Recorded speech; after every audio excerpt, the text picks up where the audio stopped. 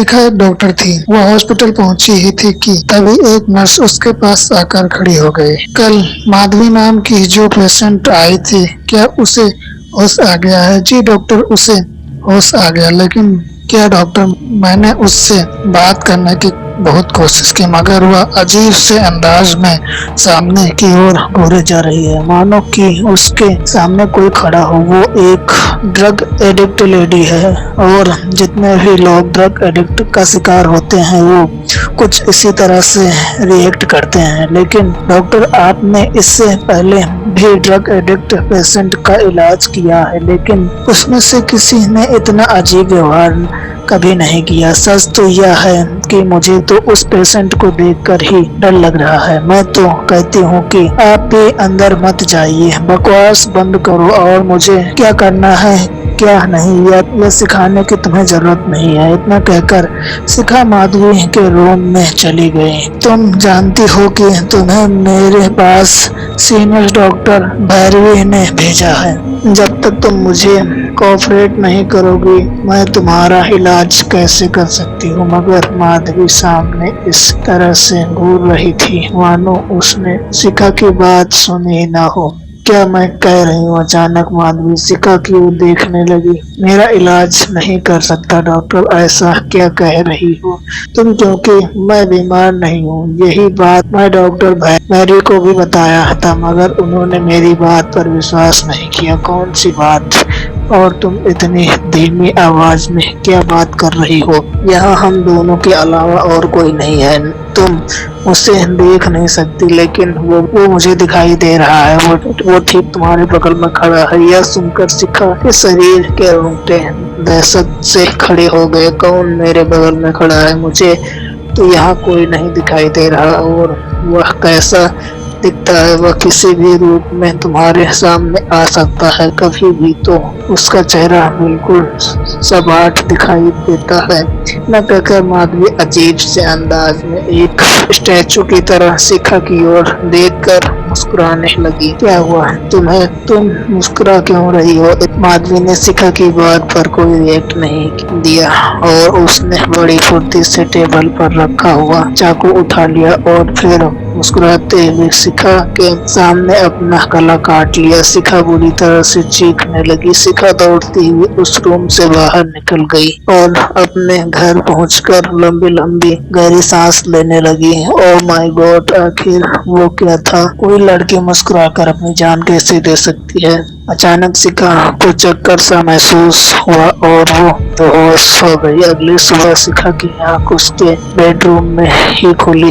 खुद को बेडरूम में देखकर वो चौंक पड़ी। जहाँ तक मुझे याद है मैं तो बेहोश होकर गिर गई थी। मैं बेडरूम में कब आई तभी शिखा के घर की डोर बेल बजने लगी। शिखा ने जैसे ही दरवाजा खोला तो सामने उसका बॉयफ्रेंड आर्यन खड़ा था।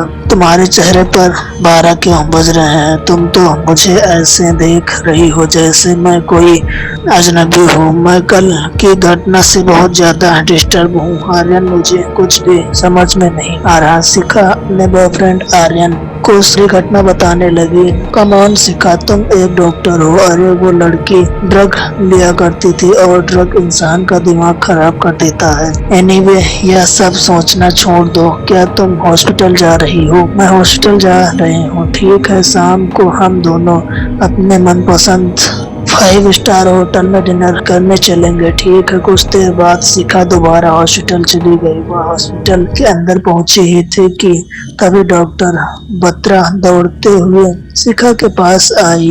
क्या हुआ डॉक्टर बत्रा, आप इतने घबराए हुए क्यों हैं? कल तुम कहाँ चली गई थी? शिखा डॉक्टर बत्रा, कल जिस तरह से माधवी ने सुसाइड किया मैं बुरी तरह से डर गई थी और मैं घर चली गई। शिखा, तुमने माधवी के लिए जो नर्स अपॉइंट की थी? शिखा दौड़ते हुए उस रूम की ओर चली गई। शिखा ने देखा कि वो नर्स एक स्टैचू की तरह शिखा की ओर देखकर मुस्कुराने लगी। वो तुम्हें भी नहीं छोड़ेगा, तुम भी इसी तरह स्माइल करती हुई मर जाओगी। शिखा अचानक बेहोश होकर गिर पड़ी। कुछ समय बाद उसकी आंखें उसके घर पर खुली। उसका बॉयफ्रेंड आर्यन उसके सामने बैठा हुआ था। उस नर्स का क्या हुआ? काम डाउन शिखा, काम डाउन। उस नर्स ने भी गला काट कर आत्महत्या कर ली। यह कैसे हो सकता है? उसने तो बस मुझे देखकर स्माइल पास की थी और उसके बाद मुझे कुछ भी होश नहीं रहा। मैं वहीं बेहोश हो गई। यह सुनकर आर्यन चौंक पड़ा। शिखा, तुम वहाँ बेहोश नहीं हुई, तुम अस्पताल के बाहर गार्डन में बेहोशी की हालत में मिली। तब डॉक्टर ने तुम्हें बेहोश होते देखा, तब वह दौड़ते हुए उस रूम में आए जहां वह नर्स एडमिट थी, मृत्यु अवस्था में मिली। यह सुनकर शिखा बुरी तरह से डर गई। तुम यहीं रुको, मैं तुम्हारे लिए पानी लेकर आता हूँ। तभी शिखा के कानों में किसी लड़की के स्वर टकराया। शिखा ने जैसे ही पलट कर देखा तो सामने का दृश्य देखकर उसकी आंखें दहशत से फटी की फटी रह गई, क्योंकि उसके बेडरूम पर ठीक उसके बगल में माधवी बैठी हुई थी, जिसके गले से खून बह रहा था और जो स्टैचू की अवस्था में शिखा को देखकर मुस्कुराई जा रही थी। यह देखकर शिखा के गले से एक जोरदार चीख निकल गई। शिखा तुरंत दरवाजे की ओर भागी। चीख सुनते ही आर्यन तुरंत वहां पर आ गया। क्या हुआ? तुम चीखी क्यों? कल माधवी नाम के जिस पेशेंट ने मेरे सामने ही सुसाइड किया था, वो मेरे बगल में बैठी हुई थी। पागल हो गई हो? यहाँ पर तो कोई नहीं है। जब शिखा ने दोबारा बेड पर देखा तो वहाँ कोई नहीं था। शिखा पागलों जैसी अवस्था में आर्यन की ओर देखकर बोलती है, मैं पागल होती जा रही हूँ। आर्यन, कुछ तो गड़बड़ है, मेरी मदद करो। चिंता मत करो शिखा, मुझे तुम पर भरोसा है और मैं जानता हूँ कि तुम कभी झूठ नहीं बोलती। मैं एक प्रोफेसर को जानता हूँ जो पैरानॉर्मल एक्टिविटी में बहुत दिलचस्पी रखते हैं। केवल वही हमारी मदद कर सकते हैं। आर्यन शिखा को उस समय अपनी कार से प्रोफेसर के घर पर ले गया। सारी घटना उनसे सुनने के बाद प्रोफेसर चौंक का हुआ। शिखा की ओर देखकर बोला, शिखा, तुमने वो देख लिया है जो तुम्हें नहीं देखना चाहिए था। क्या मतलब? इससे पहले भी कुछ केसेस मेरे सामने आ चुके हैं। जब भी कोई लड़का या लड़की स्माइल करते सुसाइड कर लेते हैं, अगर उसे कोई देख ले तो उसकी हालत भी कुछ समय के बाद वैसे ही हो जाती है। क्या मतलब है आपका? मतलब सुसाइड कर ले। दूसरी भाषा में यह कह सकती हो कि यह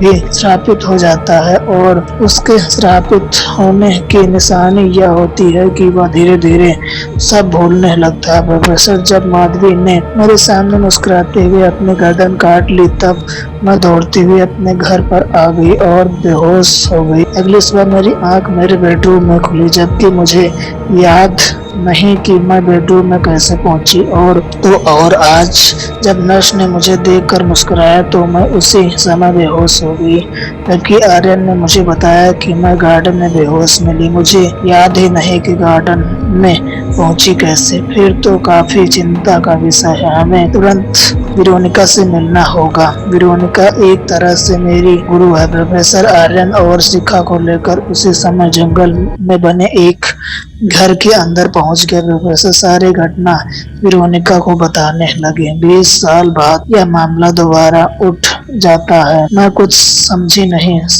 बहुत साल पहले की बात है। एक लड़की थी जिसका नाम मार्था था।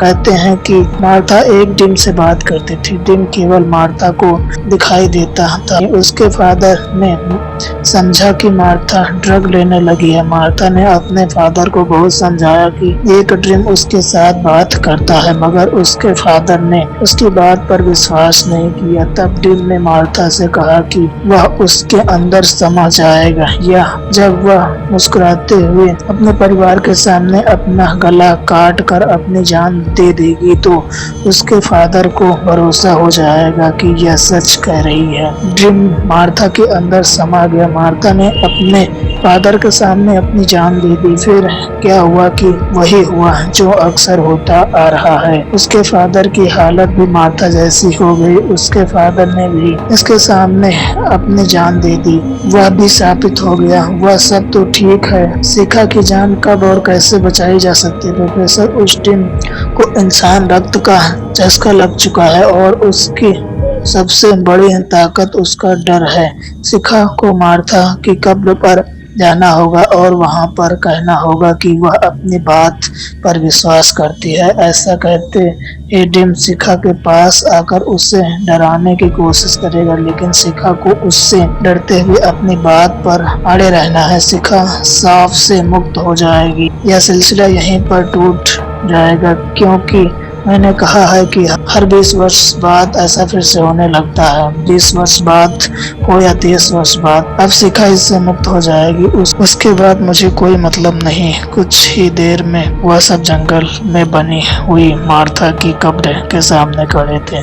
मुझे तुम्हारी बात पर विश्वास है मार्था, तुम ड्रग नहीं लेती थी, तुम सच बोलती थी। तभी तेज हवाओं के साथ एक बड़ा ही भयानक दिखने वाला डिम शिखा के सामने आकर खड़ा हो गया। तुम झूठ बोल रही हो। मैं झूठ नहीं बोल रही, मुझे मार्था की बात पर विश्वास है। अचानक वह डिम धुआं बनकर वहां से उड़ गया और शिखा बेहोश हो गई। शिखा सांप से मुक्त हो चुकी थी। इस घटना के बाद शिखा अपने बॉयफ्रेंड आर्यन के साथ दूसरे देश में जाकर बस गई।